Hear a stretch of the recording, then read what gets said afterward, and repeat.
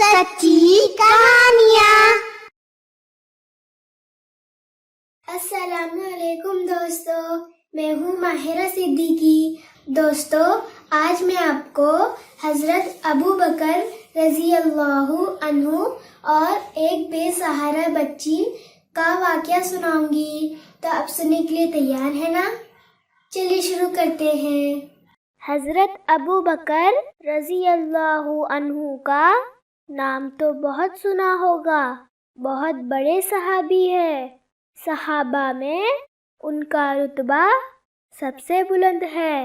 اتنے بلند مرتبہ والے ہونے کے باوجود بہت سادہ زندگی گزارتے تھے۔ ٹھاٹ باٹ سے رہنا ان کو پسند نہ تھا۔ حضرت ابو بکر رضی اللہ عنہ اپنا کام خود اپنے ہاتھوں کر لیتے، جانوروں کے چارے وغیرہ کا انتظام کرتے، اور صرف اتنا ہی نہیں بلکہ پڑوس میں رہنے والوں کو اگر کچھ ضرورت پڑتی تو جا کر اس کا بھی کام کر دیتے تھے۔ حضرت ابو بکر رضی اللہ عنہ کے پڑوس میں ایک بے سہارا بچی رہتی تھی۔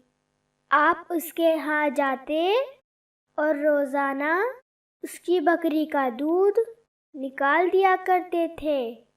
کچھ دنوں تک ایسا ہی چلتا رہا، مگر جب صحابہ کے مشورہ سے حضرت ابو بکر رضی اللہ عنہ مسلمانوں کے خلیفہ بنے تو اس بچی کو فکر ہوئی۔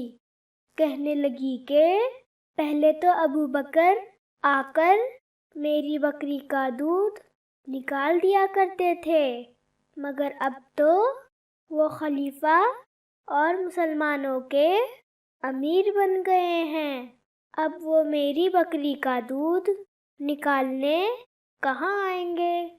اور جب وہ نہیں آئیں گے تو یہ دودھ کون نکالے گا؟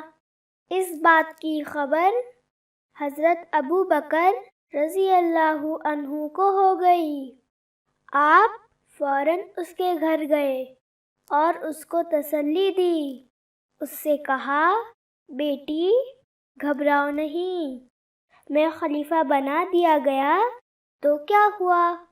جس طرح میں پہلے آ کر تمہاری بکری کا دودھ نکال دیا کرتا تھا، اب بھی نکالا کروں گا۔ خلیفہ بننے کی وجہ سے ایک پڑوسی کی خدمت سے کس طرح رک جاؤں گا؟ اب تو ہمارے اوپر سارے مسلمانوں کی خدمت آ گئی ہے۔ دوستو، حضرت ابو بکر رضی اللہ عنہ کتنے بڑے آدمی تھے، پھر بھی وہ پڑوسی کی خدمت کیا کرتے تھے۔ تو تم بھی اس پر عمل کرو اور اپنے پڑوسیوں کی خدمت کرتے رہا کرو۔ دوستو، آج کی یہ پیاری سی اسٹوری آپ کو کیسی لگی؟ کمنٹ کر کے آپ ہمیں ضرور بتانا۔